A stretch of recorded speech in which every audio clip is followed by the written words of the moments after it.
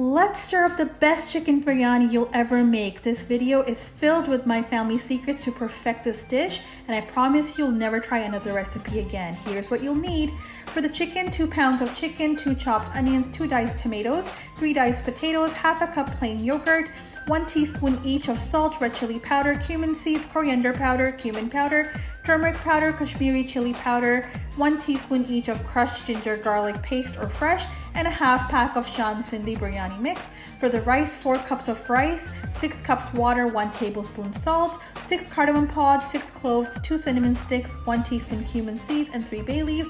And for garnish, you'll need half a slice of onion fried, 6 to 8 green chilies, 1/4 cup mint leaves, 1/4 cup coriander, cilantro, 1/4 cup dried plums, 1 sliced lemon, and 1 teaspoon of food coloring, which is optional. So let's get started.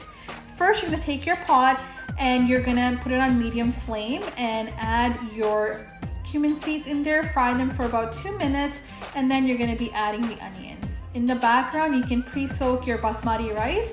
You wanna soak it for at least 32 minutes to an hour for best results. So as we're frying our onions, we want to get them to a translucent color and then add your chicken. Make sure you use either whole chicken or you can use chicken legs diced up. It just tastes really good with bone chicken, but you can certainly make this dish with boneless chicken as well. And then you want to fry this for probably about 3 to 5 minutes, and then you're gonna want to add your yogurt. Now what the yogurt does, this is your first tip, it helps bind the chicken so it doesn't break as we continuously stir fry this curry. So it's crucial you follow this step by step. So onion, chicken, yogurt, and now we're adding our ginger and garlic paste. You can use store-bought or fresh. Of course, fresh tastes the best. And then what you do is you continue to fry this for another couple minutes, and then you're gonna add all your spices. So that's all the home spices as well as half a pack of the store-bought biryani mix. Now the store-bought biryani mix, if you don't wanna use it, it's perfectly fine. It just helps with the fragrance of the dish and enhances the flavors. So we're gonna continue to fry our mixture for another 5 minutes. You wanna make sure each of the chicken piece is binded with all the spices, and honestly it already smells amazing. Now we're adding our potatoes. Now you add the potatoes at this point because they don't take as long to cook as the chicken. So the chicken is almost, quarter to halfway done. So now you're gonna add your potatoes and fry it for a couple minutes, and then lastly add your tomatoes. You can use puree. I'm just using diced tomatoes here. You're gonna add them and you're gonna just give it a quick mix. And then what we're gonna do is lower our flame and cover our pot with our lid and let it cook for 10 minutes. Then you open the lid and you check the consistency. As you can tell, I didn't add any water. I didn't need to because I had tomatoes and yogurt, which release enough water. So I'm gonna put my flame a bit higher now and try to dry up some of the water. This is just a tip because you don't wanna overdo the curry. And if you do have too much water, you can either keep it aside to use it somewhere else, or you can use it at top biryani later on, your choice. So as you can tell, I have the right consistency now, and I'm gonna just let this rest on the side and work on my rice. So a big pot of water, and then I'm gonna add my salt and all the dried ingredients for the rice. And then once it comes to a boil, I'm gonna be adding my pre-soaked rice. And when it looks like this, so it's about 75% done al dente, we're gonna take it out. In another pot, I'm gonna be frying my half an onion for garnish. You wanna get it to like a nice caramel brown color.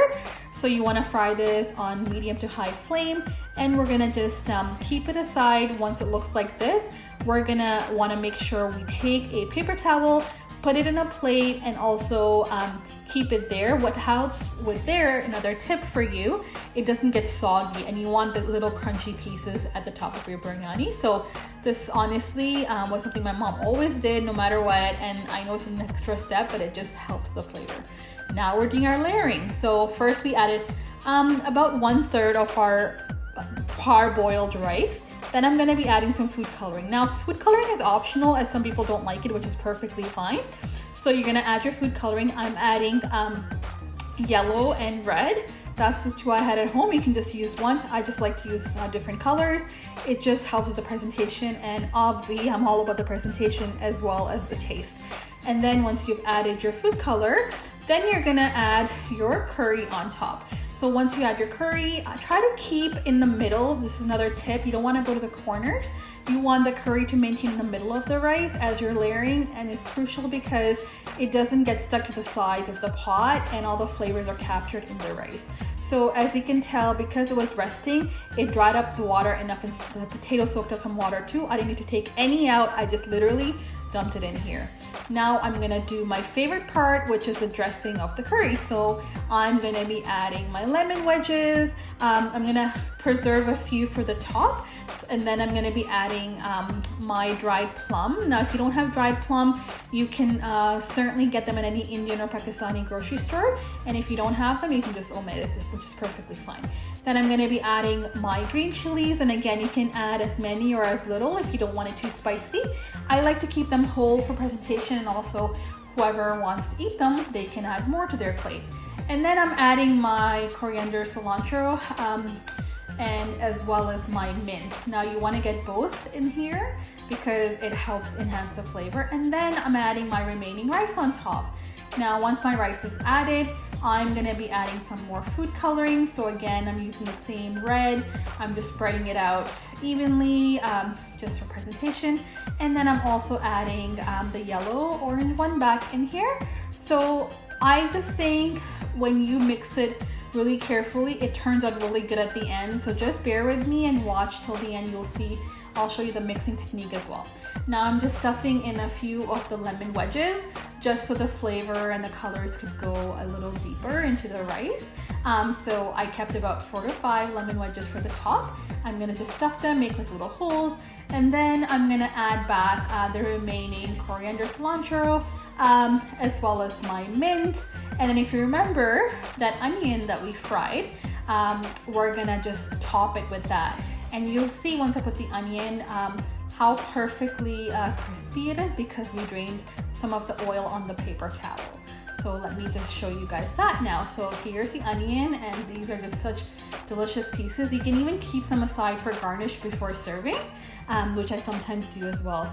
And then we're gonna lower our heat and basically put our lid back on and simmer this for about 10 to 15 minutes so all the flavors really soak in together and really bind well for the biryani. Try this out and let me show you the mixing. Oh my God, it looks amazing. Look how perfect the colors are. And let me just mix you. You wanna just be really gentle, not to break the rice. And look, they're so long grain. The curry is mixed in. There's like white portions, there's yellow, there's orange, and this is how a serving plate looks. So definitely try it out and let me know how you like it. Here are the ingredient list for you once again. I know it's a long list, but trust me, it's worth the taste. Thank you so much for watching. I really hope you enjoyed this recipe. Do let me know in the comment section if you have any questions for me. Be sure to like, comment, and subscribe to my channel for more easy to follow recipes. Till next time, keep stirring it up.